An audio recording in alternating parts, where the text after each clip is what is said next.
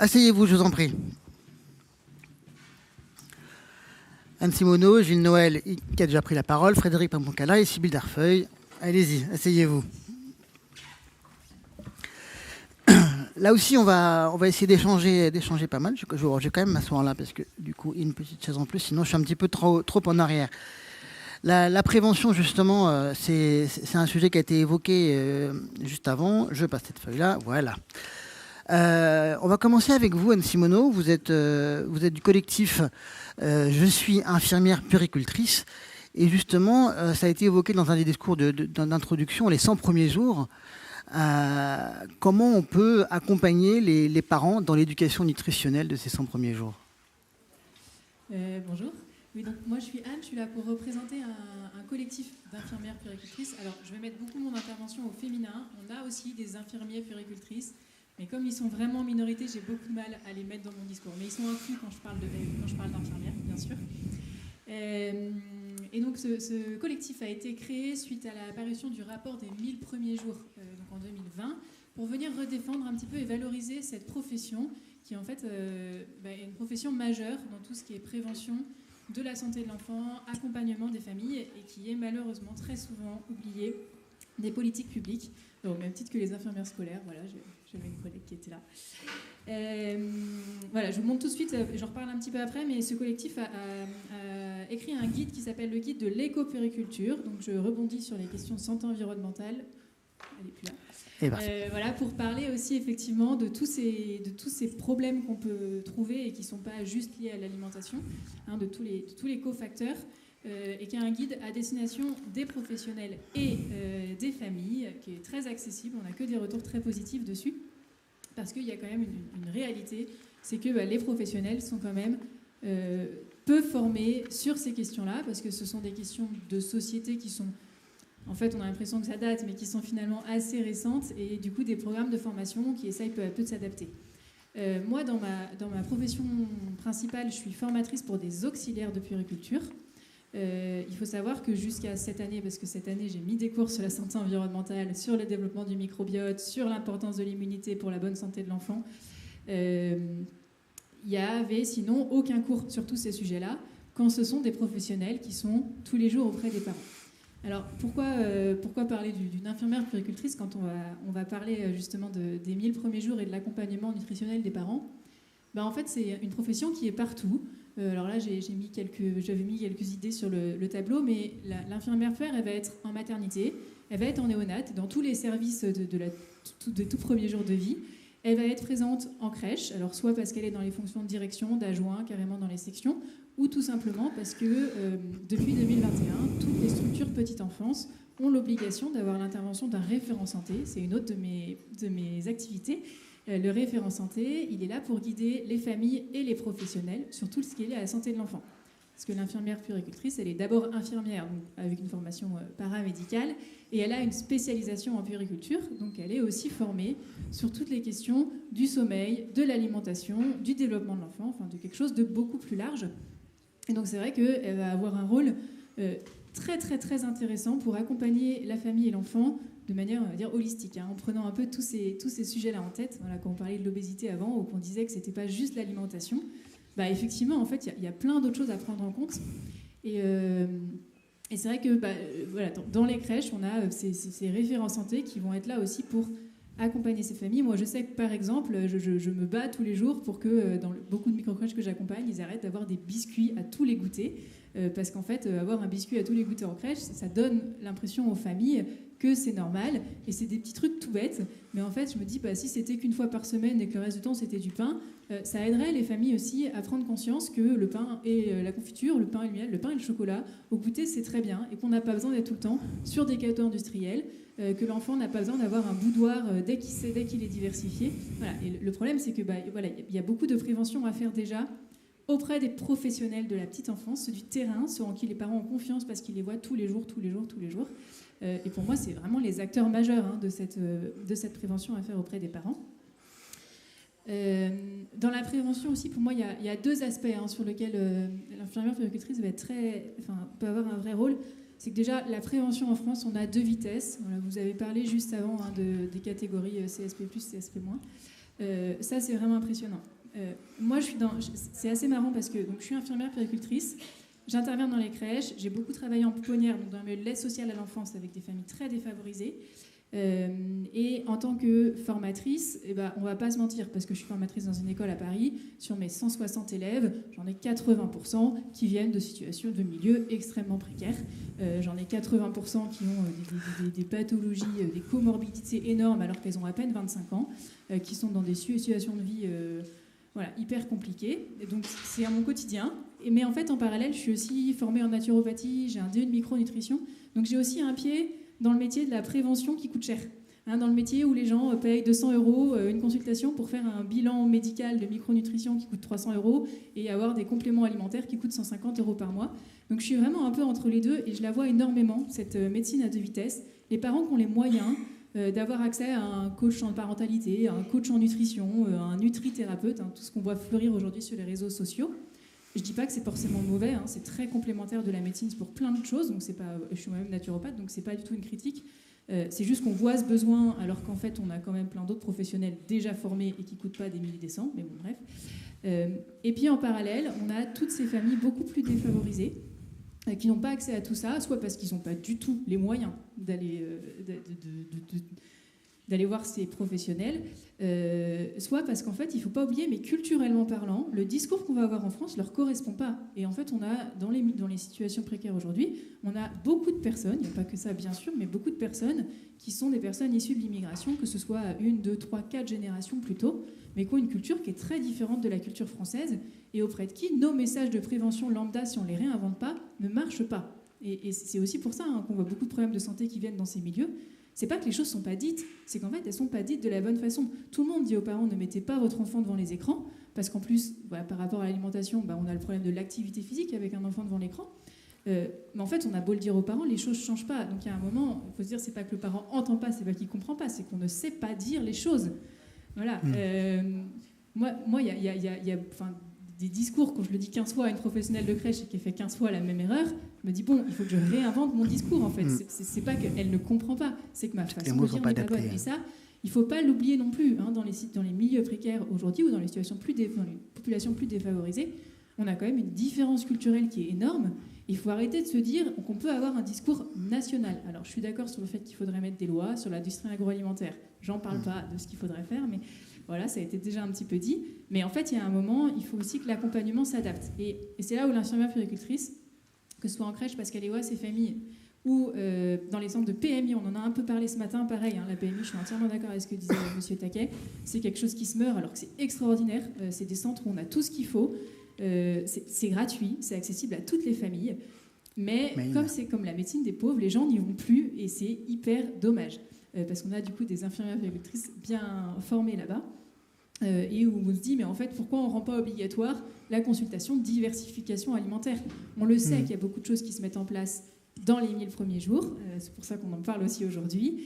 Et sur le point de vue physique, tout ce qui va être installation du microbiote, on en a parlé, tout ce qui est construction du métabolisme dépend beaucoup de l'état de santé de la mère pendant la grossesse, bien sûr, des premiers mois de vie et des premiers aliments qui vont être introduits. On le sait, ça.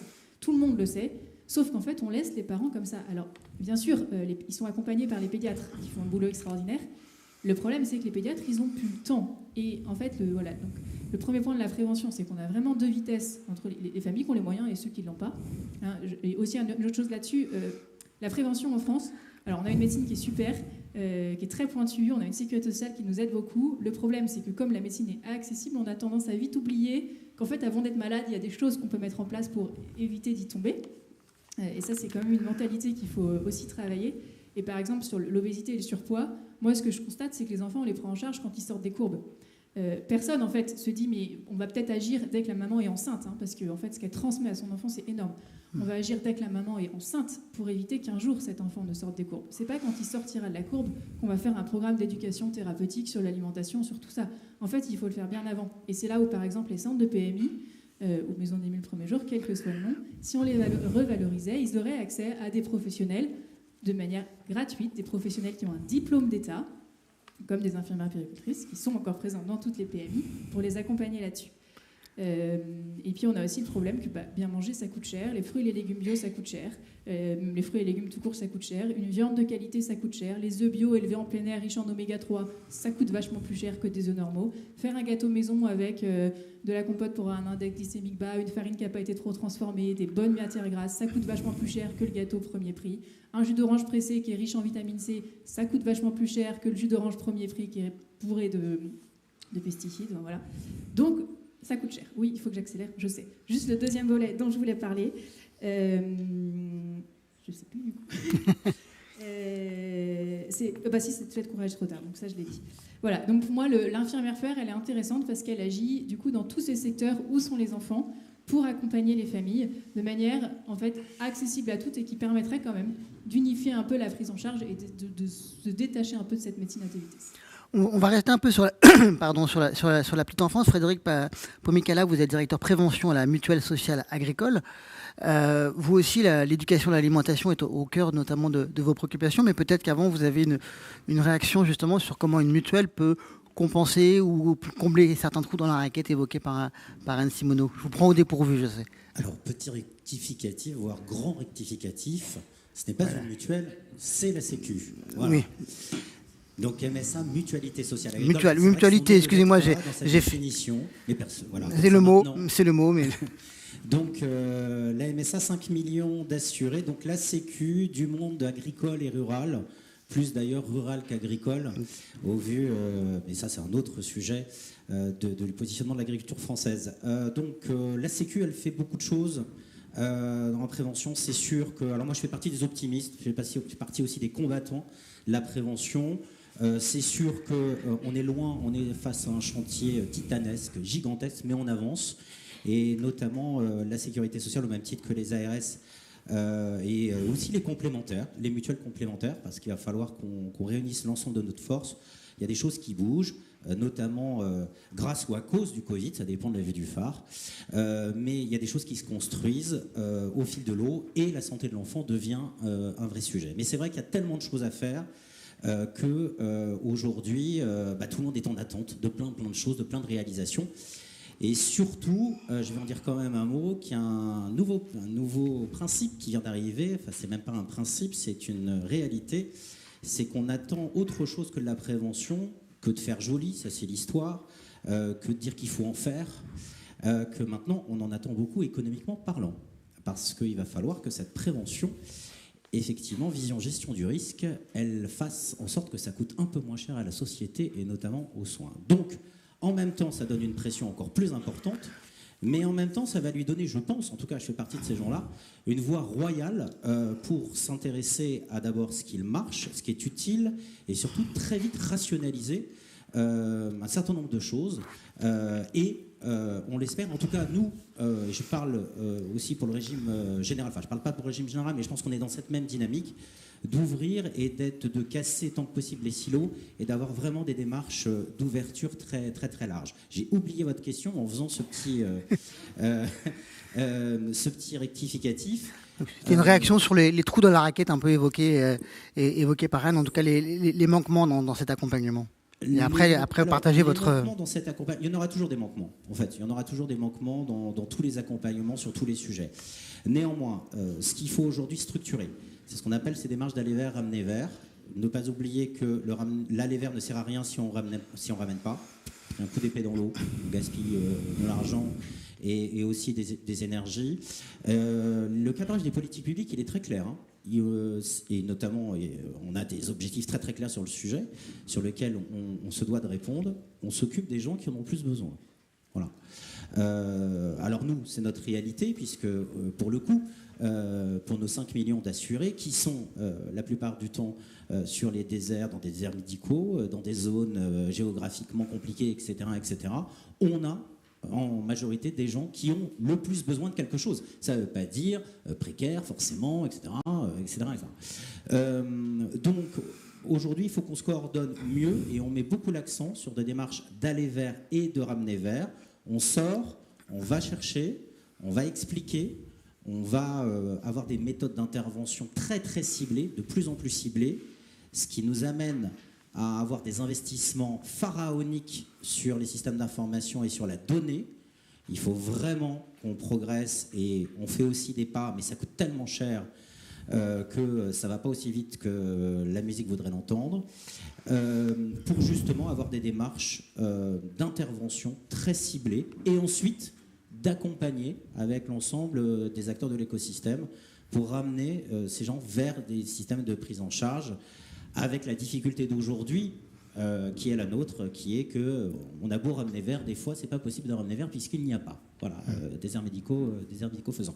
Et c'est un peu notre boulot, nous opérateurs, on nous appelle comme ça et on l'accepte d'ailleurs. La sécurité sociale est un opérateur avec une délégation de services publics, des politiques publiques, de concentrer nos efforts et toutes nos démarches pour faire cette action d'aller vers et de ramener vers. Et avec, je le dis parce que c'est assez important en ce moment, il y a une petite musique qui commence à se mettre en place. Il faut en plus qu'on participe au sauvetage du système. Je rejoins Anne-Sophie Joly tout à l'heure qui disait on va dans le mur, on le sait tous, hein, dans tous les colloques, toutes les rencontres, on dit tous la même chose. On va dans le mur, on va dans le mur, on va dans le mur. Maintenant, il va falloir juste passer un peu à l'action et de la réaction. Et la prévention va apporter effectivement sa part, la lutte contre la fraude aussi, etc., pour un peu assainir nos budgets, et notamment le budget de la Sécu, pour y voir un peu plus clair. Donc ça passe notamment par l'éducation à la santé, l'éducation à l'alimentation en particulier. Exactement. Et puis je parlerai tout de suite ou tout à l'heure d'un petit exemple. Après, on va répartir la parole et parler un peu aussi des 3-11 ans, parce que finalement, c'est aussi la compétence des maires quand on parle de scolaire, périscolaire. Vous êtes Gilles Noël de l'Association des maires ruraux de France. Comment justement se passe cette prévention, notamment avec cette spécificité du milieu rural ? Alors moi, je représente les mairies de moins de 3500 habitants. Nous, on est 33% de la population française, selon l'INSEE, et on couvre en moyenne 88% du territoire. Donc on est quelquefois employeur. Nous, on a effectivement une compétence au titre de l'éducation, mais pas en tant que, j'allais dire, acte pédagogique. Nous, on a la compétence pour le bâti, pour l'avant l'école, pour l'après l'école, et on le fait à travers du personnel, donc des agents communaux, ou le monde associatif, parce que chez nous, c'est aussi dans ce milieu rural, qui n'est pas qu'un désert médical, c'est aussi de la vie, du vivre ensemble, et le monde associatif, les bénévoles, ils jouent une grande carte. Et puis c'est des soutiens financiers, à la fois pour faire en sorte qu'on puisse écrire, on puisse lire et compter, mais aussi on puisse s'épanouir. Donc que ce soit sur les obligations qui nous sont faites au titre de savoir nager, donc on va financer des transports vers la ville, parce que la piscine est à la ville. On va financer des actes pour s'épanouir, que ce soit orchestre à l'école ou apprendre à faire du vélo. Parce que contrairement à ce qu'on pourrait penser, on a aussi ces réalités-là sur nos territoires. Donc nous, on a un rôle, si vous voulez, de facilitateur, ou quand ils vont faire une classe verte. Bon, voilà. Donc nous, les maires, on a un rôle de facilitation par rapport à ce monde de l'éducation, dans lequel, effectivement, il y a du monde qui rentre, du monde autorisé, même si ça ne doit pas être facile pour certains. J'entendais le médecin retraité qui nous faisait signe que le monde de l'éducation est un monde un peu à part, ou un monde dans le monde, je ne sais pas comment on peut dire, ou un mammouth tout simplement. Mais nous les maires, on joue ce rôle de facilitateur. Et ce rôle de facilitateur, on le fait à notre façon, selon, j'allais dire, nos envies, mais pas que, selon aussi la réalité qu'on observe sur le terrain, parce que nous, dans nos écoles, on n'a plus seulement les enfants du village.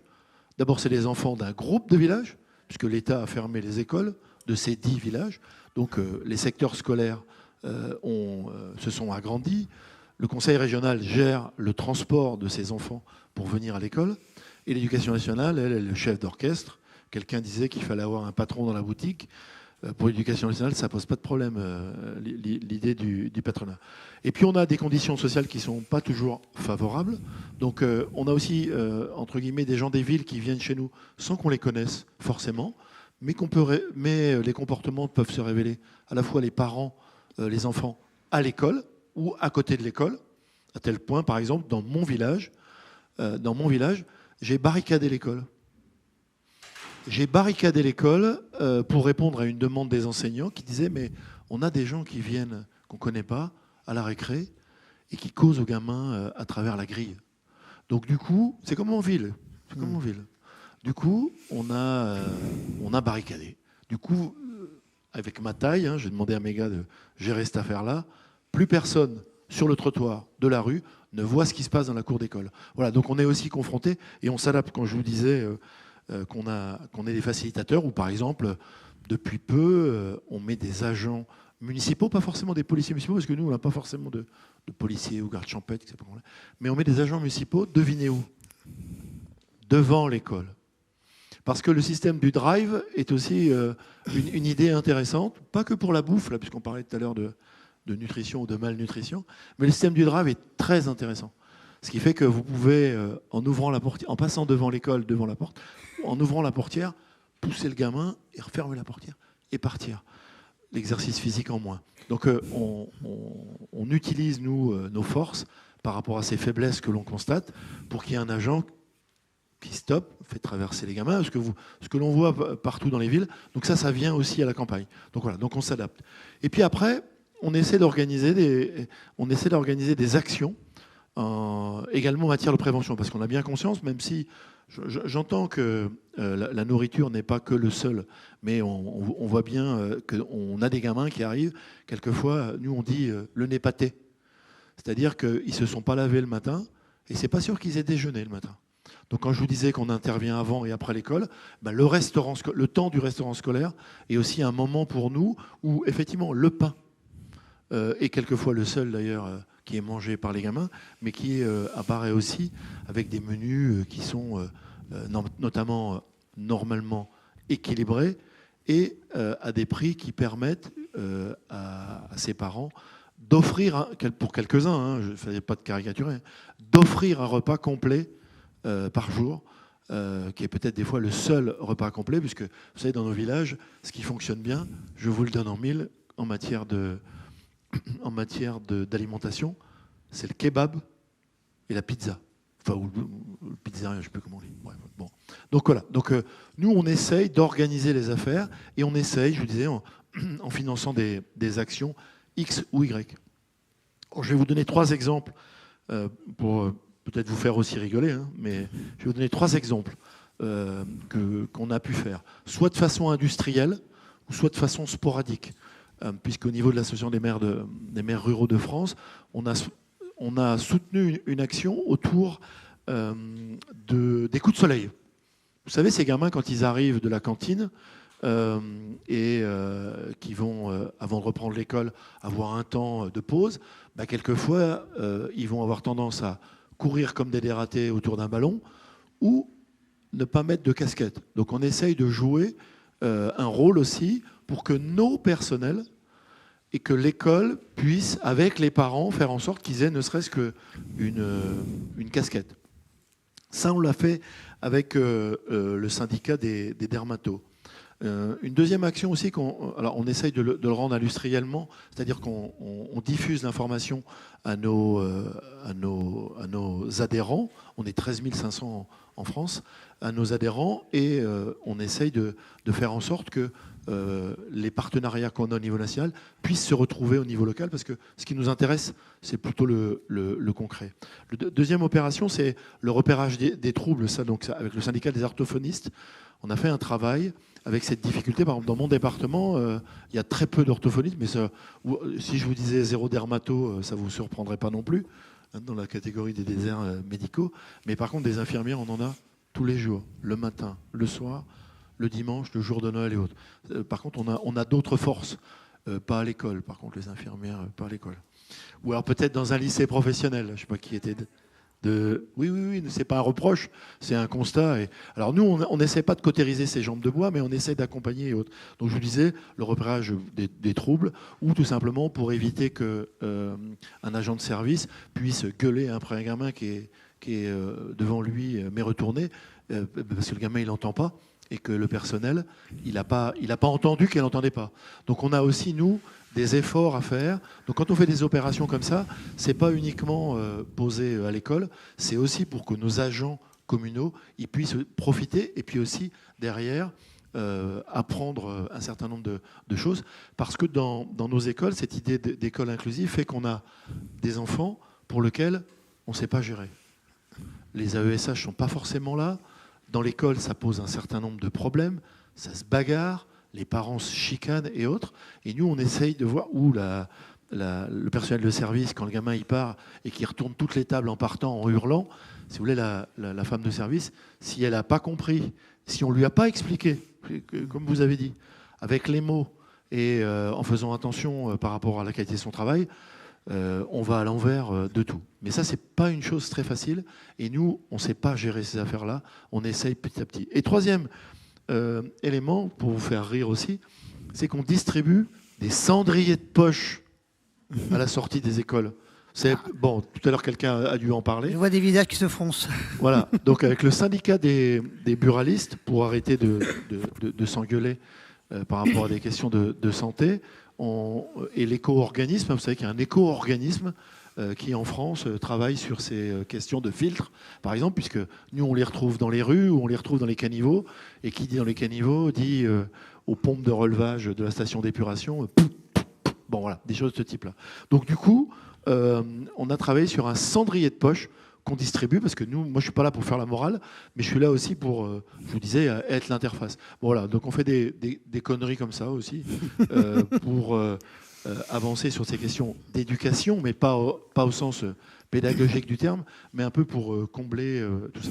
Et puis, quelquefois, on va même financer des goûters, ou pour la semaine du goût, on va organiser des choses avec les bénévoles. Voilà. Donc voilà, pluralité, mais quand même un côté volontaire pour essayer, je disais, de cautériser cette jambe de bois qui est à la manœuvre et dont on sait que, je l'ai entendu encore ce matin, on était au bord du précipice et je me demande même si on ne va pas faire un grand pas en avant. Merci. Frédéric, je vous voyais froncer les sourcils aussi sur les conneries peut-être évoquées par... Non, mais c'est l'éducation avec le cendrier de poche. C'est un grand débat. Voilà, mais on va revenir à l'alimentation. Les deux, c'est pour ça. Voilà, on va revenir à l'alimentation évoquée aussi plusieurs fois par Gilles Noël. C'est aussi donc l'éducation à l'alimentation est au cœur de vos actions. Oui, une action qui s'appelle les petits ateliers nutritifs. Vous avez le dépliant juste à l'entrée. Action qui existe depuis 2022. On a réfléchi pendant une phase d'ingénierie plus ou moins longue, puis le Covid est arrivé et on les a lancés juste après. En gros, on invite gratuitement tous les parents d'enfants de 0 à 3 ans à suivre un cycle de 3 séances. Alors on vient à la première, on peut aller à la deuxième et on peut aller à la troisième, on est libre. Des groupes de 12 personnes où on traite évidemment à la fois de l'équilibre alimentaire, à la fois aussi des bons achats pour l'enfant. 12 personnes maximum. On organise ça 3 fois par semaine, tout au long de l'année. Évidemment, on fait des coupures pendant les vacances scolaires. Et ce qui est intéressant, tout ça animé, on a une équipe actuellement de 6 nutritionnistes, diététiciennes nutritionnistes, dûment formés, suivis, des contenus qui sont évidemment régulièrement mis à jour. On fait faire certifier et on fait relire par des experts scientifiques très régulièrement pour évidemment dire la juste vérité. Et ce qui est intéressant, c'est que évidemment on a une transmission de savoir dans ces ateliers, mais c'est surtout l'échange entre pairs qui est intéressant. Et donc les animatrices diététiciennes, moi je les appelle comme ça, ont aussi ce rôle de travailler sur ce qu'on appelle l'approche motivationnelle et donc de motiver notamment par les échanges, par les pairs généralement. Alors les gens viennent de toute la France. C'est-à-dire qu'il n'y a pas d'approche territoriale. Au début, on avait fait des approches territoriales. Alors ça, c'est intéressant parce qu'on voyait des gens qu'on connaissait. Et par effet de rationalisation, pour ne pas dire industrialisation, et pour tenir néanmoins un modèle économique, parce que tout ça, évidemment, il y a des budgets contraints. Maintenant, les gens se voient dans toute la France. Alors, qu'est-ce qu'on en tire comme conclusion à ce stade? On a à peu près 4000 parents qui ont participé depuis le début de l'opération. D'abord, ce qui est intéressant, c'est qu'on touche un public qu'on ne touche pas par ailleurs, du CSP-. On en parlait tout à l'heure. Ça, c'est assez intéressant, même par la voie digitale. On organise ça le soir, j'ai oublié de le dire, en semaine. On a essayé plein de formules le week-end, le samedi, le dimanche à 18h. Mais finalement, là où on arrive à attirer le maximum de gens, c'est le soir à 20h. C'est 20h, 21h30. où les parents sont le plus disponibles sur leur canapé ou autre à suivre ces ateliers. Donc on touche les CSP moins, qu'on a du mal à toucher, hein, c'est un peu notre quête à tous. Des femmes en majorité, des hommes, 9% quand même. Et puis, on touche des personnes qui sont dans des villes de moins de 20 000 habitants. Ça, c'est aussi intéressant. Donc, c'est-à-dire que ce modèle, notamment par voie digitale, on en a dit beaucoup de choses. Hein. Il y a eu l'effet après Covid où tout le monde avait du digital, et puis après, plus personne ne voulait en faire parce qu'on en avait marre du digital. Là, on est bien des années après, et donc on arrive néanmoins donc, à toucher des gens qui n'ont pas grand-chose à côté ou pas d'autres points de repère et qui correspondent à des catégories socio-professionnelles qui nous intéressent en termes d'intervention. Évidemment, l'évaluation montre de manière régulière qu'on a des changements de comportement, qu'on a aussi, on agit directement sur la santé mentale, puisqu'on décharge en fait les gens de certaines problématiques, cette fameuse charge mentale du parent et du questionnement qu'il y a. Donc voilà un peu ce qu'on en tire. Donc évidemment, on continue, on essaime. Difficile. Alors, beaucoup d'inscriptions, parce qu'en fait, ils s'inscrivent automatiquement sur des sites internet. Et puis, pour 30, les sessions tournent autour de 20 par an maxi, parce qu'après, on ne peut plus interagir. Il nous faut à peu près 40 personnes, puisqu'il y a l'effet, vous savez, de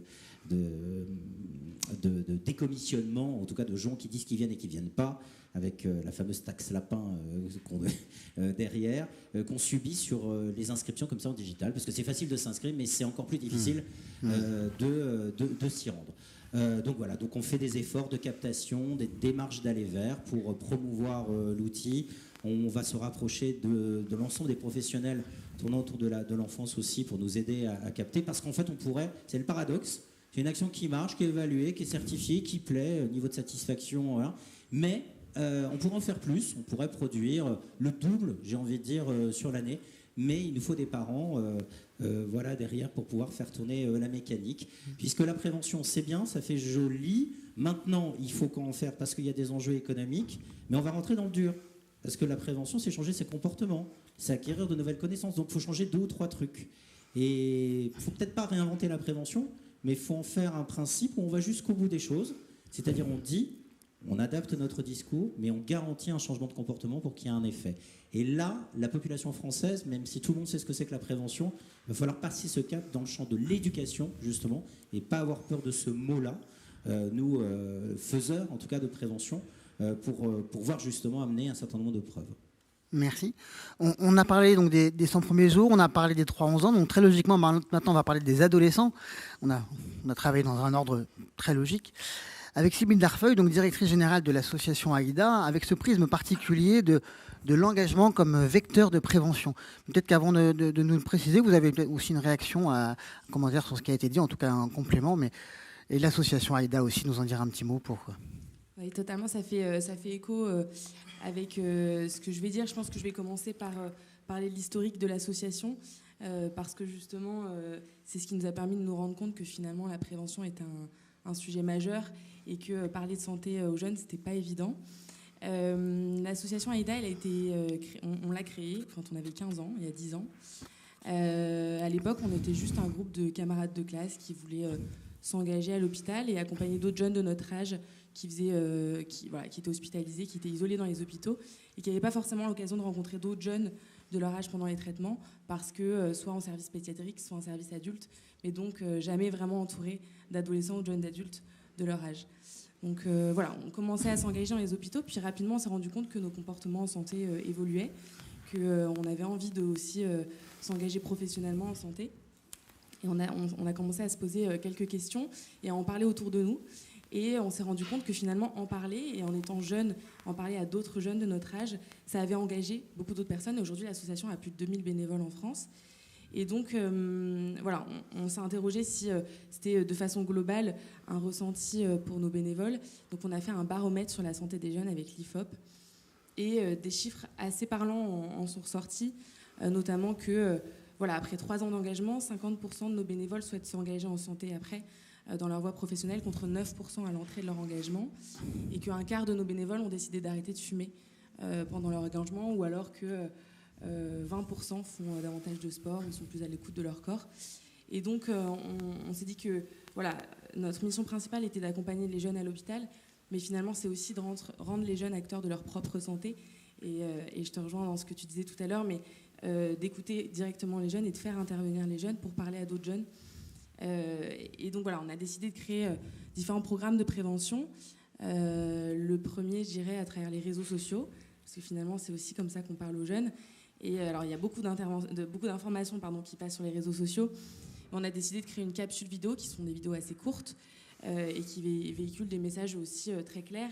Et on demande directement à notre communauté de jeunes, donc nos bénévoles, et les jeunes qui nous suivent sur les réseaux, quelles sont leurs questions en santé. Et parfois, qui sont des questions auxquelles on n'aurait pas forcément pensé, ou alors des questions qui sont au contraire très ciblées sur un sujet en particulier.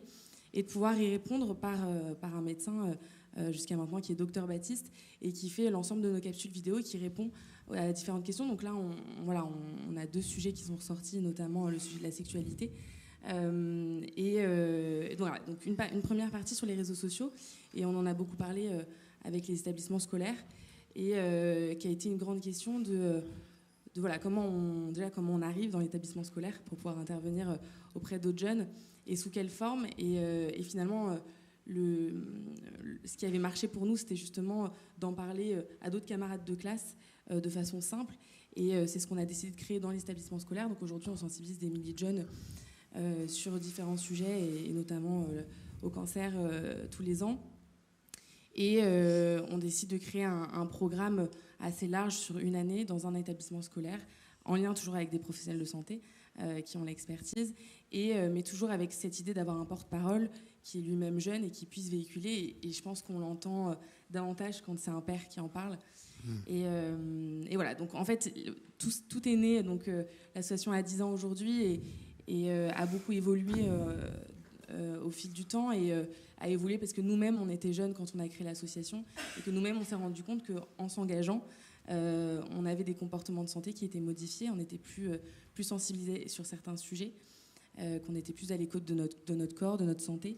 Et voilà, donc je pense que je rejoins, et je pense que c'est assez essentiel d'engager les jeunes sur ces sujets, de les interroger. Et puis finalement, il y a beaucoup de jeunes qui sont très intéressés pour pouvoir y participer. Donc je pense qu'il y a beaucoup à faire là-dessus. Oui, cette prévention par les pairs qui est au cœur aussi des choses que je porte moi aussi, qui me parlent beaucoup. Merci beaucoup. Comment, avec toute cette logique-là, finalement, par tranche d'âge, est-ce qu'on arrive à avoir une continuité de la prévention, de l'accompagnement à la prévention, à l'éducation, à la santé, dans tout un parcours de soins, parcours de vie? Question un peu ouverte à tout le monde. Je ne sais pas répondre à ça, parce que sur nos pôles de vie et de service, bien sûr qu'on est compétent sur cette école maternelle et cette école primaire, comme on disait. Donc, mais aussi, on intervient parce que quand il y en a un collège, quand on a un lycée. Mais honnêtement, ça nous échappe beaucoup. Dès qu'on passe à un collège, c'est un autre monde. D'abord, on n'a pas cette compétence. On est associés, nous, quand il y a le conseil d'école, c'est pour le maternel et autres, et quand il y a le conseil d'administration. Mais on n'est pas du tout associés, et surtout, on n'est pas considéré. On n'est pas que considéré parce qu'on apporte de l'argent, mais c'est un autre monde. Honnêtement, c'est un autre monde. Donc, moi, je peux favoriser, en tant que maire, certaines choses. Tout à l'heure, sur des questions de violence, par exemple, j'ai demandé à ce qu'il y ait un éducateur sportif spécialisé en escalade qui vienne. L'école a donné son accord, et le vendredi après-midi, après la cantine, les gamins y allaient. Et là, c'était assez intéressant, puisque les gros balourds, là, qui faisaient les malins, qui cartonnaient un peu la semaine, quand ils étaient en haut, et qu'il y avait le copain qui avait été cartonné la semaine avec la corde, et qu'il faisait dans sa culotte, bon, du coup, ça nous a aidé. Voilà. Mais vous voyez, ça va pas loin. Ça va pas loin. Mais on est quand même sur des questions de violence, hein, je dis ça. Hein. Mais honnêtement, l'école. Alors, il y a une ouverture qui nous a été faite. Donc là, si les gens de l'Éducation nationale sont là, ils vont reconnaître leur bébé. C'est ce qu'on appelle les territoires éducatifs ruraux, des TER.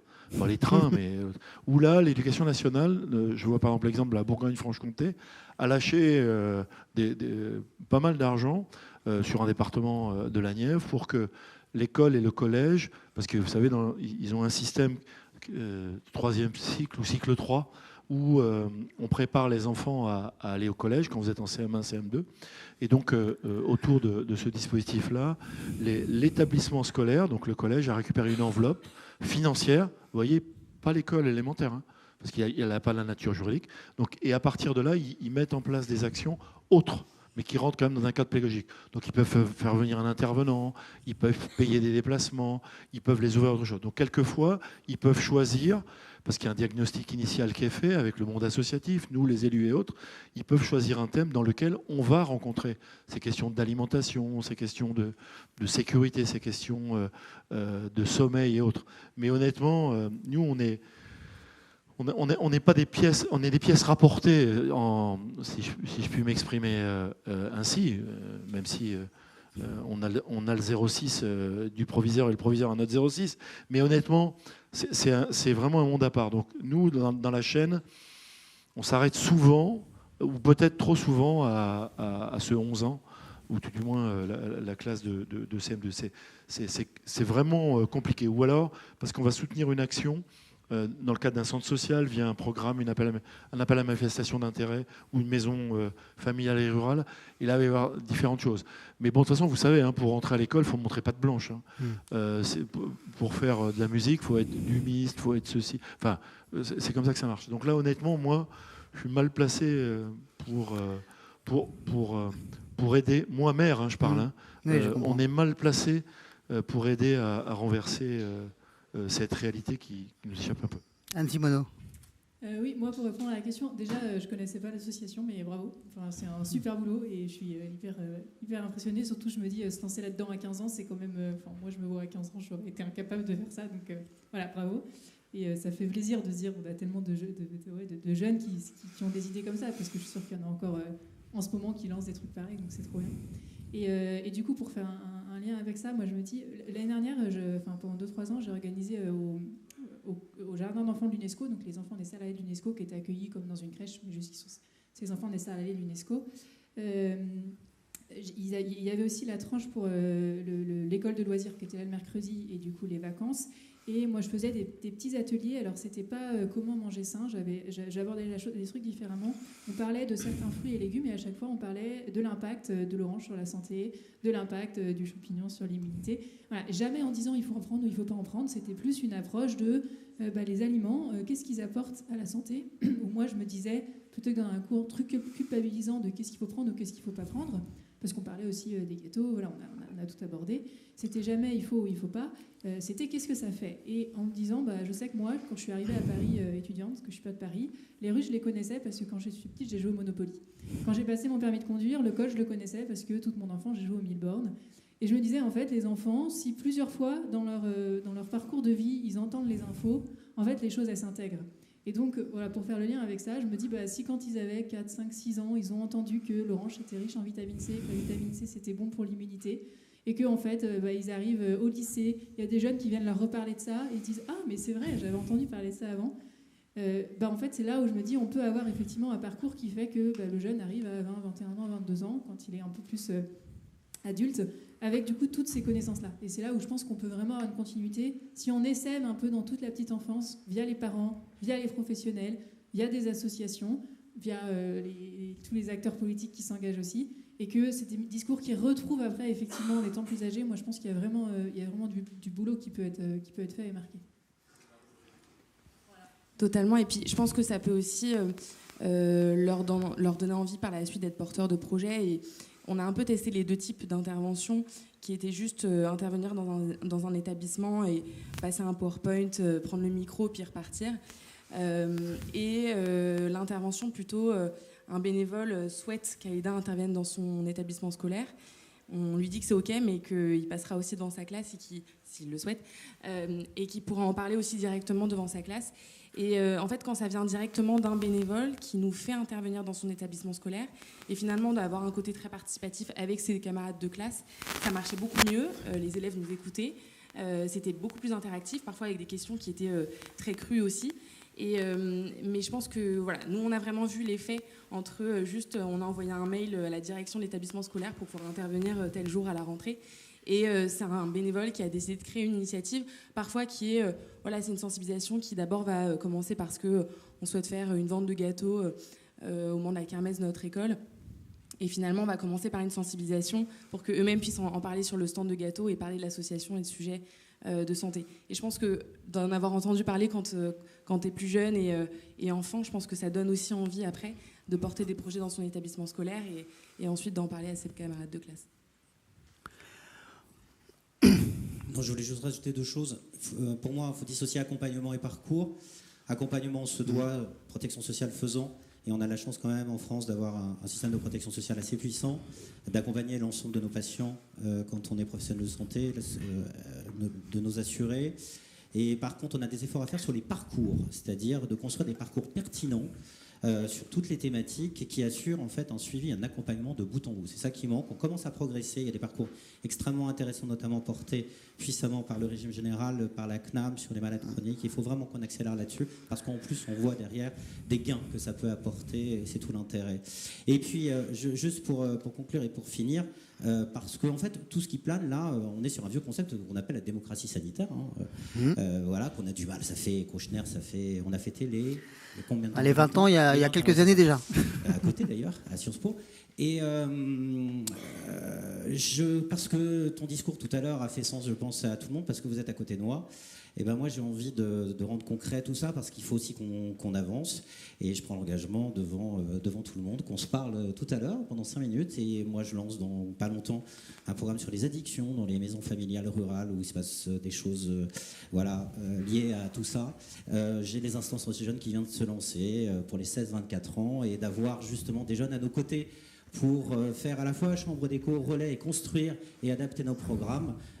Ça répond en fait à ta demande. Et ben voilà, concrètement, j'espère que ça se fera. Et en tout cas, moi, j'y suis extrêmement favorable. Rendez-vous est pris donc. Est-ce qu'on a des questions de réaction ? Bien sûr. Non, juste. Il faudra aller manger après quand même. Comment dire, est-ce que dans l'association AIDA, il y a des jeunes en situation de handicap ? Parce que moi, je crois beaucoup à l'accompagnement par les pairs, les interventions, en fait, parce qu'on le voit, nous, dans le champ, en fait, on voit beaucoup de jeunes en situation de handicap qui parlent aux jeunes en situation de handicap. Ça a un effet transformateur formidable. Dans, par exemple, les établissements et services médico-sociaux, forcément, quand vous êtes jeune et que vous voulez parler de sexualité, vous n'avez pas envie d'aller parler à votre éducateur spécialisé. Par contre, d'en parler à un autre jeune, ça a une force. Donc, nous, on croit beaucoup à ça. On accompagne beaucoup en politique publique. En ce moment, on déploie ça en politique publique sur tous les territoires. Mais moi, ce que j'aime, c'est quand les associations, évidemment, à l'intérieur des associations, il y a à la fois des jeunes qui sont concernés par le handicap et des jeunes qui ne sont pas concernés. Donc ça, c'est pour vous. Vos programmes là, qui ont l'air super bien, est-ce qu'ils sont accessibles aux personnes en situation de handicap ? Est-ce qu'à un moment donné, je suis sourde ? Est-ce que si je vais sur votre web, c'est sous-titré ? Si j'ai besoin de langue des signes française, est-ce que je peux le faire ? Est-ce que si je suis non-voyante, est-ce que c'est accessible aussi ? Voilà. Est-ce que vous avez pris en compte en fait tous les besoins singuliers aussi des personnes en situation de handicap qui pourraient tout à fait être concernées par vos petits modules. Et puis, monsieur le maire, vous dites, oui, nous, on est un peu à la périphérie. Moi, je préfère vous dire que, travaillant beaucoup sur les politiques publiques, notamment avec les personnes en situation de handicap, le premier référent, c'est le maire. C'est les premières, c'est le maire. Si on a un problème, on va voir le maire. Et donc, je trouve que c'est extrêmement important d'être très pilote aussi. Et c'est vrai que peut-être qu'à un moment donné, c'est dans l'amélioration des politiques publiques que l'on doit remettre en définitive le maire au cœur, en définitive, des sujets et également en fait des parcours. Et puis pour terminer, est-ce que vos supports que vous avez déployés, est-ce qu'ils sont accessibles aussi aux jeunes en situation de handicap, accessibilité, donc braille, etc., pour qu'on puisse aussi, nous, les diffuser et ne pas faire de supports à part, mais bien partir de vos supports pour pouvoir les diffuser plus largement. Voilà, merci beaucoup. En réponse dans l'ordre, réaction dans l'ordre, chacun sa question. Alors nous, c'est vrai que la thématique principale de l'association, c'est quand même le cancer chez les jeunes. Donc on a nos bénévoles qui interviennent dans les hôpitaux. On a plusieurs types d'interventions. On a les interventions bénévoles de profil très large qui interviennent vraiment pour proposer une parenthèse et justement de ne pas parler de la maladie et pas parler du monde hospitalier. Donc c'est vraiment un moment plutôt de partage, d'échange de vie quotidienne ou comme on pourrait le faire avec des amis ou des camarades de classe. Et ensuite, on a un autre volet qu'on a créé il y a 3 ans. On a créé l'Académie de Zaja. Donc AJA, c'est adolescents, jeunes adultes. C'est 15-25 ans en France. C'est une formation qu'on a co-créée avec Sciences Po Executive Education, pardon. C'est une formation, donc c'est pour 15 jeunes parents qui sont passés par la maladie et qui vont faire de leur expérience d'anciens patients plutôt une expertise au profit de la prise en charge des AJA et du système de santé. Et ces mêmes académiciens ensuite sensibilisent et interviennent soit dans des établissements scolaires, soit auprès de jeunes professionnels de santé, par exemple des étudiants en médecine, et également à l'hôpital auprès de jeunes qui commencent tout juste les traitements, pour pouvoir échanger, donc comme vous le disiez, par exemple de sexualité. C'est un sujet qui fait beaucoup partie de la période de traitement pour les jeunes qui font face à un cancer, les sujets de fertilité et surtout le rapport au corps avec les transformations physiques liées au traitement et aux chirurgies. Et voilà, donc on a créé cette formation justement pour pouvoir permettre cet échange d'anciens patients à patients qui est assez essentiel. Voilà, pour le coup, ça c'est vraiment une intervention qui est particulière et qu'on ne peut pas proposer à des bénévoles qui s'inscrivent pour passer un moment à l'hôpital, mettre le t-shirt à Aïda et ensuite le retirer et retourner en cours. C'est vraiment un accompagnement spécifique, c'est pour ça qu'on a décidé de créer cette formation. Frédéric, l'accessibilité. Mais malheureusement, non. Oui, nos sites d'information sont responsifs, je crois que c'est ça, c'est la terminologie. Non, malheureusement, non. Nous n'avons pas, prévu à ce stade des accessibilités parfaites, j'ai envie de dire, sur l'ensemble des situations que vous avez citées. C'est un vrai travail en soi. On en est, pardon de le dire ainsi, mais avec grande franchise. On en est encore loin. Il y a un énorme chantier encore gigantesque à faire. Et nous, par exemple, moi je ne pourrais pas le faire tout seul, on ne pourra pas le faire tout seul. Et c'est justement en parlant, en se rencontrant dans ce type de manifestation qu'on fera, je pense, avancer aussi les choses. Donc pareil, preneur d'eux. Gilles. Alors, madame, merci à vous de ce compliment, puisque nous, on a l'habitude de dire qu'on est le premier mètre de la démocratie, et non pas le dernier kilomètre. Comme on pourrait l'entendre dans la bouche de certains, sûrement des logisticiens ou des énarques qui ont fait un stage en logistique. Donc oui, effectivement, on est le premier de la démocratie parce que, bien évidemment, dans nos villages, c'est vers nous que l'on va, y compris pour des choses qu'on partage et autres. Et deuxièmement, vous nous mettez en difficulté, madame, parce que ça nous emmerde. Ça nous emmerde. On a des obligations, quand on refait les rues, de remettre des espaces pour les personnes malvoyantes. Ça coûte 500 balles la plaque, on en met 4 par nanani, nanana. Donc nous, on se dit, punaise, mais il n'y a personne dans notre bled qui va utiliser ça.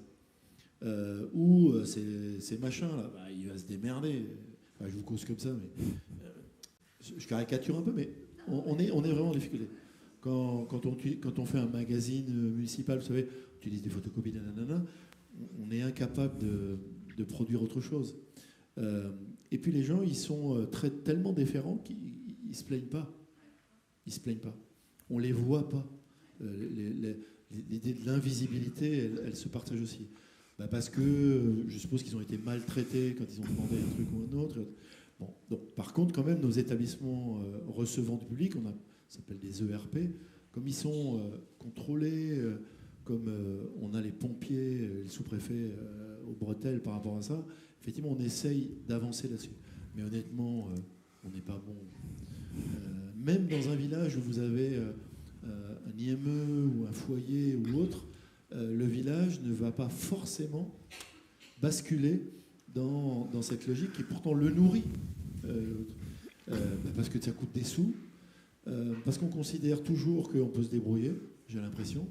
Ou, je voyais encore dimanche, je prends l'exemple de mon village, on a un monsieur qui a un fauteuil électrique, là, et donc je l'ai vu passer sur la route, alors que nous, on était là. Mais par contre, il y avait un autre qui passait là.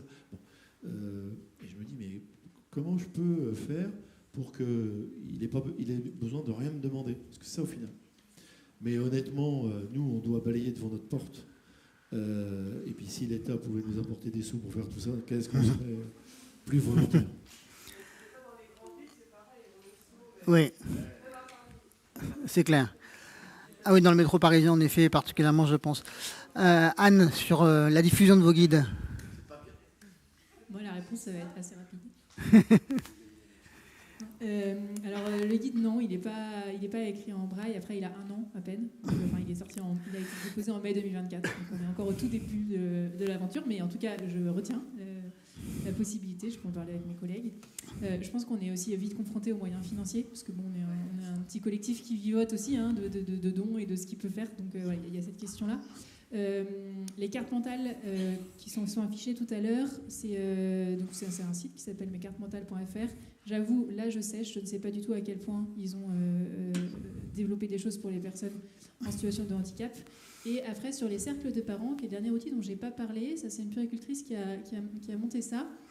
C'est des infirmières puéricultrices sur tout le territoire français qui proposent des temps avec juste 3-4 familles où les parents viennent avec une infirmière puéricultrice. Il n'y a pas de thème donné à la base, c'est juste un temps d'échange régulier.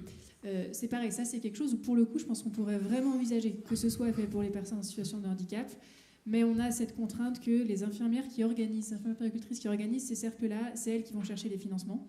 C'est déjà une sacrée galère d'aller chercher des financements pour organiser ça, et c'est vrai que je me dis le problème c'est qu'avoir quelqu'un qui en plus parle en langue des signes, tout de suite ça coûte aussi plus cher. Donc je pense qu'il y a quand même un vrai biais financier qu'il ne faut pas oublier, parce que dans tout ce qui est social aujourd'hui c'est quand même compliqué. Mais en tout cas, je prends bien note que c'est peut-être quelque chose qu'on devrait approfondir. Voilà. Alors, une dernière question rapide et réponse, s'il possible rapide, pour terminer la matinée. Stéphane. Bonjour, Stéphane Deverneuf, journaliste pour le magazine Terragora.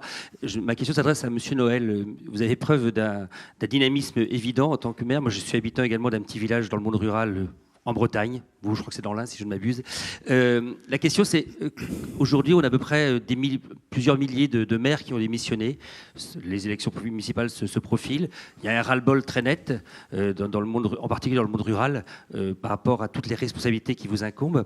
Est-ce que vous pouvez compter, vous, finalement, dans vos actions, puisque en tant qu'édile, vous êtes quand même le premier acteur de santé publique, finalement, dans votre village, est-ce que vous pouvez compter sur l'aide, je ne sais pas, des CCAS, par exemple? Il y a une fédération, même si le CCAS dépend toujours, souvent en tout cas, de la municipalité. Est-ce que vous pouvez compter sur les intercommunalités ou les agglomérations, selon la taille du village, qui finalement n'ont pas compétence à, mais pourraient quand même se révéler être autre chose qu'un seul millefeuille administratif supplémentaire et donc vous apporter une aide concrète? En clair, est-ce que vous pouvez compter sur quelqu'un ou d'autres que vous-même pour mener à bien ces politiques de prévention et permettre finalement le pays passer du cure au caire?